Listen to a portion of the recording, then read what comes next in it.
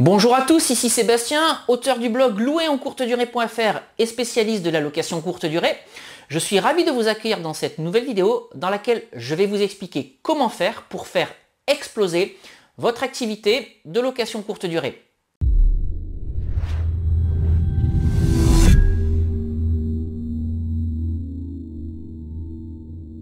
Alors si vous ne l'avez pas encore fait, n'hésitez pas à télécharger gratuitement les deux e-books que j'ai rédigés, Convaincre la banque, mode d'emploi et doubler son salaire avec la location courte durée. J'explique dans ces e-books comment faire pour aller convaincre votre banquier de financer votre projet immobilier. Et dans le second e-book, doubler son salaire, je vous explique comment vous allez pouvoir vous créer une rente immédiatement grâce à votre activité de location courte durée. Alors pour télécharger ces e-books, cliquez simplement sur le petit i qui va apparaître en haut à droite de la fenêtre de cette vidéo. Et puis si vous regardez cette vidéo sur YouTube, je vous mets les liens de téléchargement dans la description, juste en dessous de cette vidéo. Alors voyons maintenant comment faire pour faire exploser votre activité de location courte durée. Alors quand je dis faire exploser, c'est pas la réduire à néant, c'est au contraire la développer encore et encore. Ce qu'il faut savoir, dès l'instant où vous vous lancez dans un projet immobilier, quel que soit le mode d'exploitation d'ailleurs, c'est que ça va être un projet chronophage. Vous allez dans un premier temps rechercher le bien immobilier qui vous intéresse. Alors comment faire pour rechercher ce bien? Vous allez consulter les petites annonces sur internet, sur Se Loger, sur Le Bon Coin. Vous allez faire énormément de visites. Vous allez faire des offres. Certaines de ces offres ne seront pas d'ailleurs acceptées parce qu'elles seront estimées trop basses par rapport à ce que souhaite avoir le vendeur. Bref, cette étape de recherche du bien, elle est chronophage. C'est l'étape la plus longue et c'est une étape qui peut prendre plusieurs mois. Une fois que vous aurez trouvé le bien immobilier, que votre offre d'achat aura été acceptée, il y a une deuxième bataille qu'il va falloir mener, c'est la recherche du financement. Et là aussi, c'est quelque chose qui peut être compliqué, surtout si vous avez déjà des actifs immobiliers, parce que plus vous avez d'actifs, plus votre taux d'endettement auprès de la banque il va être élevé. Et donc, au bout d'un moment, c'est rare quand la même banque va vous suivre sur une opération, deux opérations, trois opérations, quatre opérations, etc. Donc pour obtenir votre financement, il va falloir multiplier les rendez-vous bancaires, il va falloir s'armer de tout son courage pour aller décrocher le Saint Graal, le fameux crédit immobilier. Puis une fois que vous allez avoir votre crédit immobilier, vous allez repasser devant le notaire pour signer l'acte authentique, pour devenir définitivement propriétaire. Et là, il y a la phase de travaux et d'ameublement qui vont s'engager. Ce qui fait que pour un projet immobilier, vous pouvez avoir un délai qui va s'étaler entre 6 mois et 9 mois. Et c'est surtout très important de ne pas négliger cela, parce que moi ce que je vous dis toujours, c'est qu'il faut acheter avec la tête, surtout pas sur un coup de cœur, parce que acheter sur un coup de cœur, c'est payer un bien immobilier bien plus cher qu'il ne vaut réellement. Donc si vous mettez entre 6 et 9 mois pour réaliser un investissement locatif, ça veut dire que pour réaliser deux investissements locatifs, il va falloir entre 1 an et 1 an et demi, etc. etc. Donc c'est quelque chose de finalement très long. Et vous avez peut-être envie d'aller plus vite pour gagner plus d'argent, pour développer plus rapidement votre patrimoine, pour faire exploser votre cash flow de location courte durée. Et honnêtement, je vous comprends. Alors il y a quand même deux choses à regarder pour passer à la vitesse supérieure. Dans un premier temps, il va falloir regarder comment faire pour multiplier les biens immobiliers. Alors attention à tout ça parce qu'en multipliant les biens immobiliers, ça va venir ternir votre capacité d'emprunt, mais surtout la multiplication des biens, il va falloir regarder dans quelle mesure elle va pouvoir faire exploser votre cash flow. Alors comment est-ce que vous pouvez faire pour multiplier les biens immobiliers? Il y a plusieurs façons de le faire. Dans un premier temps, vous pouvez passer plusieurs opérations immobilières en parallèle sans avertir la banque. Je vais vous donner un exemple concret pour illustrer ça. Imaginons que vous ayez déjà un bien immobilier, vous êtes certain que votre banque elle va vous suivre pour une seconde opération immobilière, mais peut-être pas pour une troisième. Ce que vous pouvez faire, c'est passer deux projets en parallèle, c'est-à-dire aller voir une banque A dans laquelle vous allez passer votre second projet immobilier en le faisant passer pour un second projet immobilier, mais allez ensuite voir une banque B dans laquelle vous allez faire passer votre troisième projet immobilier, sans parler du second projet immobilier que vous êtes en train de travailler. Donc c'est du pas vu, pas pris, hein. Vous n'êtes pas en train de mentir à la banque. Pour l'instant, à l'heure où vous allez monter vos dossiers bancaires, vous n'avez qu'un seul investissement locatif, celui que vous avez réalisé précédemment. Donc voilà comment vous pouvez faire passer deux opérations en parallèle pour mutualiser les achats immobiliers. Maintenant, il y a d'autres stratégies que vous pouvez adopter.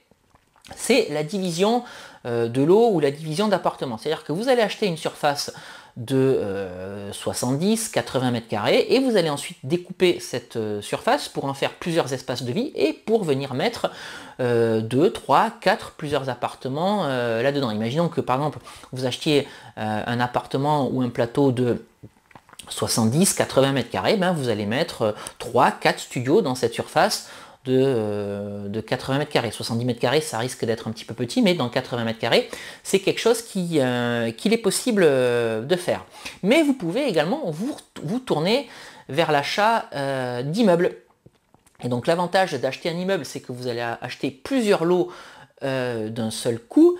Et la seconde bonne nouvelle lorsque vous achetez un immeuble, c'est que vous allez être propriétaire de tous les lots de l'immeuble, donc aucune problématique avec le règlement de copropriété pour faire de la location courte durée. Alors vous êtes peut-être déjà en train de vous dire, ouais mais Sébastien, acheter une grande surface, ça coûte plus d'argent, et plus de travaux également, puisqu'il va falloir faire plusieurs appartements dedans.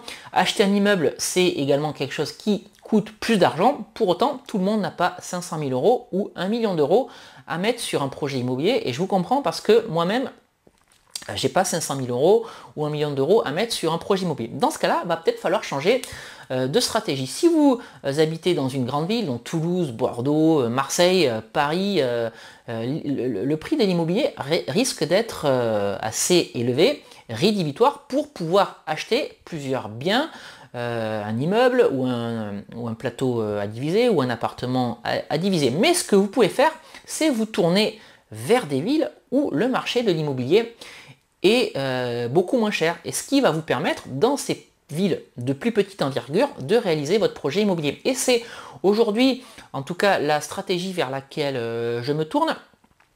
Je vais volontairement arrondir les chiffres, mais vous allez comprendre ce que je veux dire. Un studio à Toulouse, ça va être grosso modo 100 000 euros en centre-ville, mais quitte à mettre 100 000 euros sur un projet immobilier qui va me ramener, allez, 500 euros de cash flow en location courte durée, mais ce que je préfère faire, c'est utiliser ces 100 000 euros et aller les investir dans une plus petite ville dans laquelle je pourrais acheter 2 appartements à 50 000 euros ou 3 appartements à 30 000 euros qui, chacun d'entre eux, me ramèneront le même cash flow pour la même mise d'investissement. C'est-à-dire que dans une ville comme Toulouse, avec 100 000 euros, je vais faire 500 euros de cash flow. Par contre, dans une ville un petit peu plus petite où le prix de l'immobilier est beaucoup moins cher, avec ces 100 000 euros, je vais être capable de faire 1500 euros de cash flow. Et c'est comme ça dans ces petites villes où vous allez pouvoir acheter des appartements plus grands que vous allez diviser, acheter des plateaux sur lesquels vous allez pouvoir faire énormément de travaux, voire acheter des immeubles. Donc voilà comment vous pouvez faire pour faire exploser votre activité de location courte durée, mais pas que finalement.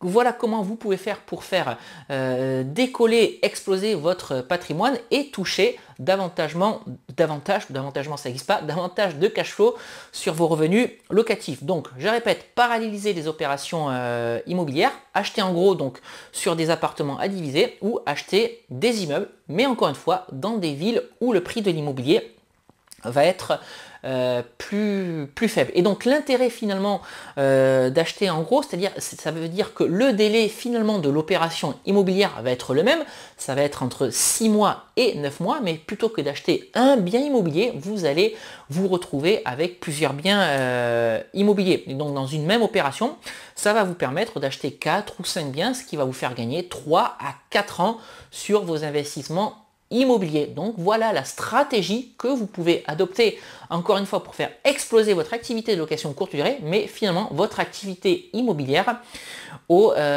sens large. Vous allez gagner du temps et vous le savez certainement si vous regardez cette vidéo, le temps c'est de l'argent. Voilà donc tout ce que je voulais partager avec vous aujourd'hui. Si vous êtes d'accord avec moi, n'hésitez pas à liker cette vidéo. Si vous pensez qu'elle peut intéresser d'autres personnes, n'hésitez pas non plus à la partager. N'hésitez pas non plus à laisser un commentaire dans la description si vous avez des questions par rapport aux stratégies que je viens d'évoquer, en particulier les stratégies de la petite ville. Je sais que certaines personnes, ça leur fait peur, elles se disent oui, mais je ne suis pas en train de construire un patrimoine, est-ce que je vais réussir à louer dans une petite ville? Oui, bien sûr, parce que dans les petites villes, moyennant une étude de marché, bien entendu, il y a des gens qui se déplacent et puis il y a des gens qui ont besoin de se loger. Donc il ne faut surtout pas avoir peur de ça. Alors si vous souhaitez me suivre pour en savoir plus sur l'immobilier et la location courte durée, n'hésitez pas à vous abonner à cette chaîne YouTube, à ma chaîne YouTube Louer en courte durée, pour rejoindre une communauté de plusieurs milliers de personnes passionnées d'immobilier et de location courte durée. Mais écoutez, c'est tout ce que j'avais à vous dire pour aujourd'hui. On va se quitter ici et puis comme d'habitude, je vous dis à très très vite pour une nouvelle vidéo sur Louer en courte durée. À très bientôt. Ciao.